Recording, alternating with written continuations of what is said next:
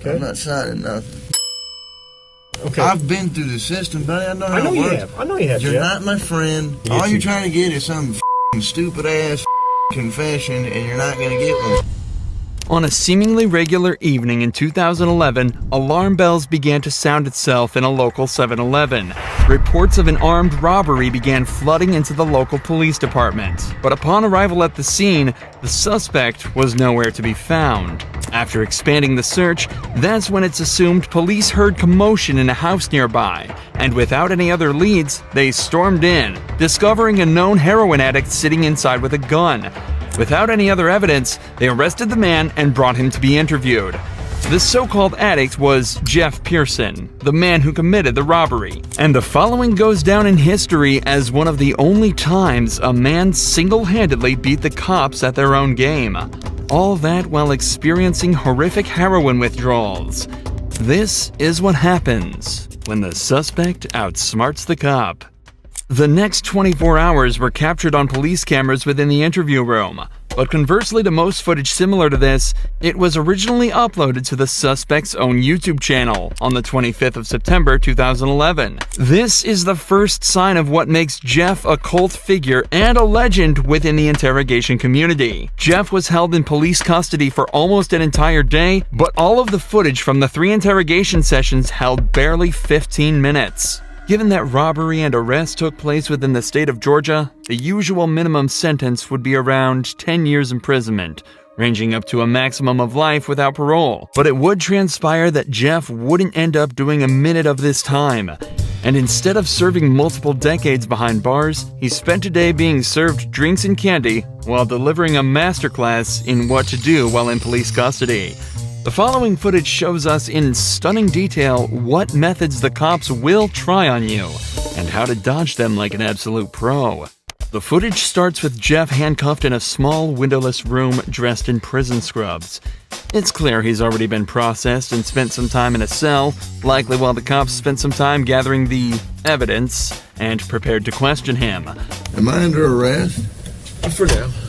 I'm under arrest? Yeah, I'll explain everything, but before I explain myself to you, before we talk to each other, I need to read your rights, okay? What am I under arrest for? Well, like I said, I need to read your rights first. Obviously, the charge is robbery, okay? Jeff immediately opens by asking if he's under arrest and on what grounds. From the first moment, it's evident that Jeff has done his research, as this is exactly what you should be doing in this situation. From here, there are 2 options. If you're not being arrested or detained, you can state that you're also not obligated to stay and answer questions. And you should be completely free to leave the interrogation. If you are being arrested, you can then immediately ask for a lawyer and stay silent until you're provided with one. These options give you the best chance of stopping the police in their tracks and allow you to create the best defense possible. What's amusing is that when you're being arrested in America, the officer is actually legally obligated to remind you of this. Take a listen to the Miranda warning that this detective reads out to Jeff. You have the right to remain silent. Anything you say can will be used against you in the court of law. You have the right to talk to a lawyer for advice before we question you. If you cannot afford to hire a lawyer and you want one, a lawyer will be provided for you. If you decide to answer questions now without a lawyer present, you'll still have the right to stop answering questions at any time. Does that make sense? You've probably heard these before, haven't you? These 3 points are incredibly important and are often overlooked by the average citizen due to the panic of being arrested in the first place.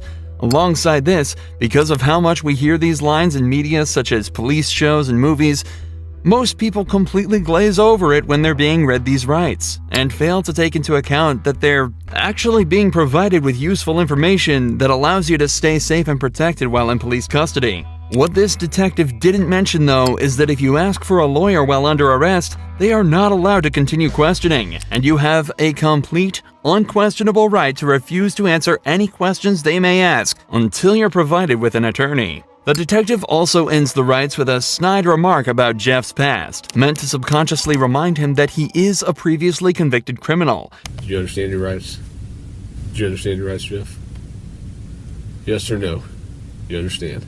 We're getting paid more than you are, so we can sit here for a long time, man. I just need you to answer me yes or no. Do you understand your rights? Let's get through that question.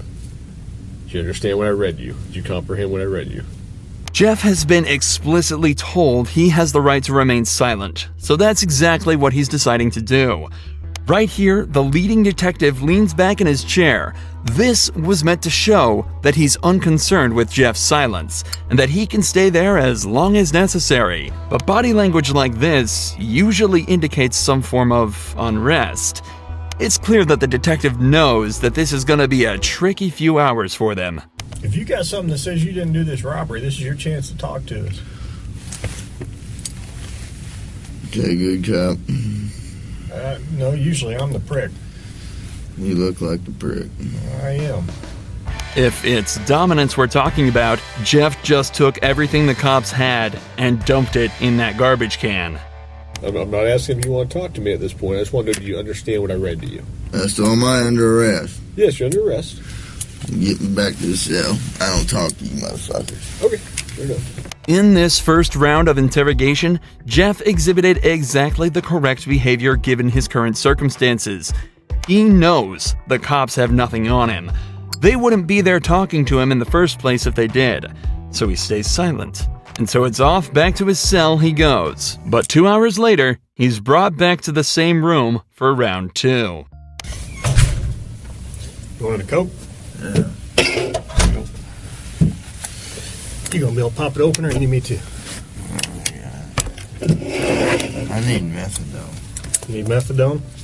Yeah, you guys can get me that methadone or what? I don't have any. Do you have medication for it, or a prescription for it? Or? No. What do you need methadone for? Because I'm a fucking junkie and you guys, I can't get no methadone. I'm going to go through withdrawal here in a minute. A can of soda is all Jeff requested before he returned to the interrogation room, but he immediately mentions the withdrawals that he's likely already starting to feel. However, methadone, the drug Jeff asked for at the start of this conversation, can be used to significantly reduce the effects of the withdrawal. It can even reduce the cravings he's also probably been experiencing for the entire time he's been in police custody. How long you been using heroin? Long time, buddy. 10 years? 15 years? I hardly been alive that long. What are you trying to talk to me about here? Talk to you about what happened last night. Look, here's the deal. Either you're in a bad set of circumstances, or you went and committed an armed robbery last night. Yeah, All right? I'm in a shitty, wrong place at the wrong time, obviously. I didn't commit no fucking armed robbery. All right, then let's talk about this. Let's I not don't have keep nothing. up I the don't talk act. to the police, man. Jeff is clearly through with the personal talk and wants to get back to the matter at hand. In his eyes, he's been arrested for something he didn't do and wants to get out of there as quickly as possible.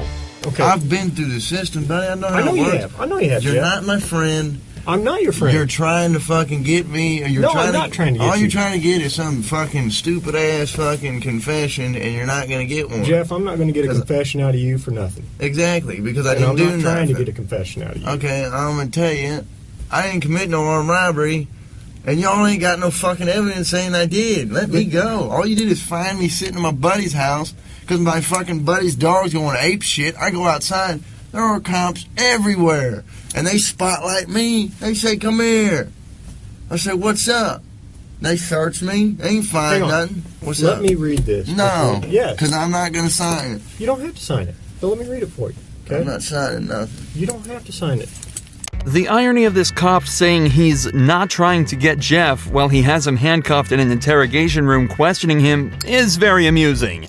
But even through all this, every part of what Jeff said here is so perfect it almost sounds rehearsed.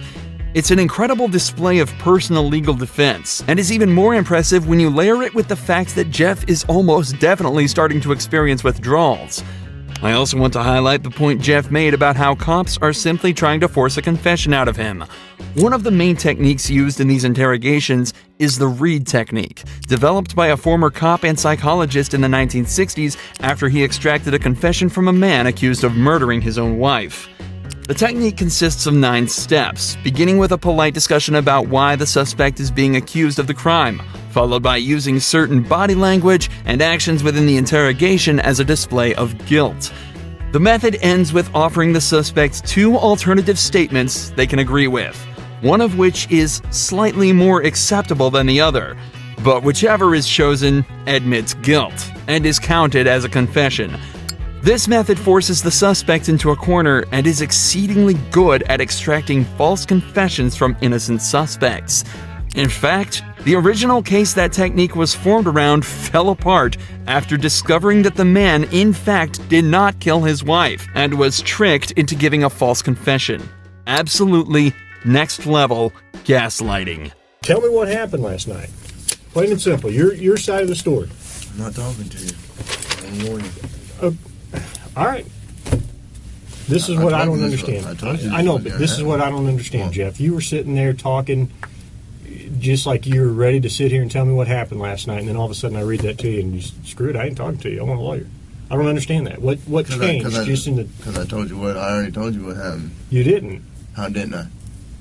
You didn't tell me what happened last night. How didn't I just tell you what? But now you've handcuffed me, and I can't talk to you because you asked for an attorney. So okay, that's fine. But I will tell you right now, you're still on a hold for a robbery. I know. I don't know why I need a fucking lawyer because obviously I didn't do nothing. And obviously you guys know I didn't do nothing because I've been arrested for the same bullshit before and you guys don't interview me this much. So, wham bam, thank you for the coke, put me back in the cell. That's my home. We haven't interviewed you yet. Jeff has now asked for a lawyer and is once again refusing to answer questions. But we're only halfway through this footage, and Jeff's ability to defend himself and completely destroy this cop only gets better from here. Here's what the deal is. I have enough evidence Like what? of the armed robbery, okay? But, you know, if you're saying you didn't do it, you need to give me your side of the story. I didn't do it. Okay, well, give me your side of the story. You got to, convince me. Because I got a lot of evidence. I got a lot of physical evidence. Well, like what? Name the physical. Well, I don't need to, why should I tell you that? This is where the detective starts to become desperate. He knows he's running out of time, and so has completely abandoned any elaborate techniques or methods to try and get information out of him. He's now instead moved on to essentially just threatening him with false claims of evidence that he can easily use to convict Jeff. If all of this was true, he'd likely be trying to use it to intimidate Jeff into panicking and giving up more information. But instead, he uses a flimsy rhetoric, claiming that because Jeff hasn't helped him, he won't help Jeff. There's only a couple pieces of evidence I'm missing. Name them. What's that? Name them. Well, why do I need to do that? You haven't helped me out at all. You give me a little bit, I give you a little bit. We go back and forth. I give you one of my pieces of evidence, now give me a little something. Alright? What time do you get over to Aaron's house? No, anything I say here can and will be used against me. Sure, but anything you say here, I can also tell your parole officer that you helped me out. That doesn't mean dick. Now the detective is desperately trying to bargain with Jeff. If he helps the cops out, they'll put in a good word with his parole officer. But Jeff immediately realizes that means absolutely nothing. What does a gold star mean if you're stuck in prison for 20 years? This further enforces the idea that cops have absolutely nothing to convict Jeff with, and also shows that they know they're running out of time. Jeff has asked for a lawyer, yet they're still sitting there questioning him, as if that's not a blatant violation of the rights that they have read to Jeff on 3 separate occasions. They know that if they don't get anything out of him soon, their time will run out, and Jeff is watching the clock closely. For the next 4 minutes of the interrogation, Jeff continues to deny and combat anything the police say to him. They bring up the gun that he was found with, continue to try and strike a deal, and even try to scare him by taunting him with what being back in prison would be like, and without any of the drugs he's grown a dependency to. But throughout all of this, Jeff stays totally stone-faced. He knows he's almost won. I'm done, man. Fuck this. I'm not even answering. All this shit that I just said is gonna be fucking written in the discovery now, right? What? You haven't said nothing. I mean, every little stupid thing that you've asked me, dude, is gonna be in the discovery. I'm not even going to do discovery. The prosecutor is. Okay. So, you halfway know the system, how things work, and you halfway don't. Am I right? I half-ass know Yeah. that the only reason I came up here is to get a fucking Coke. Okay. And I got it. But now I want a Butterfinger. But that's not going to happen for a while. What, the Butterfinger? Yeah. Why not?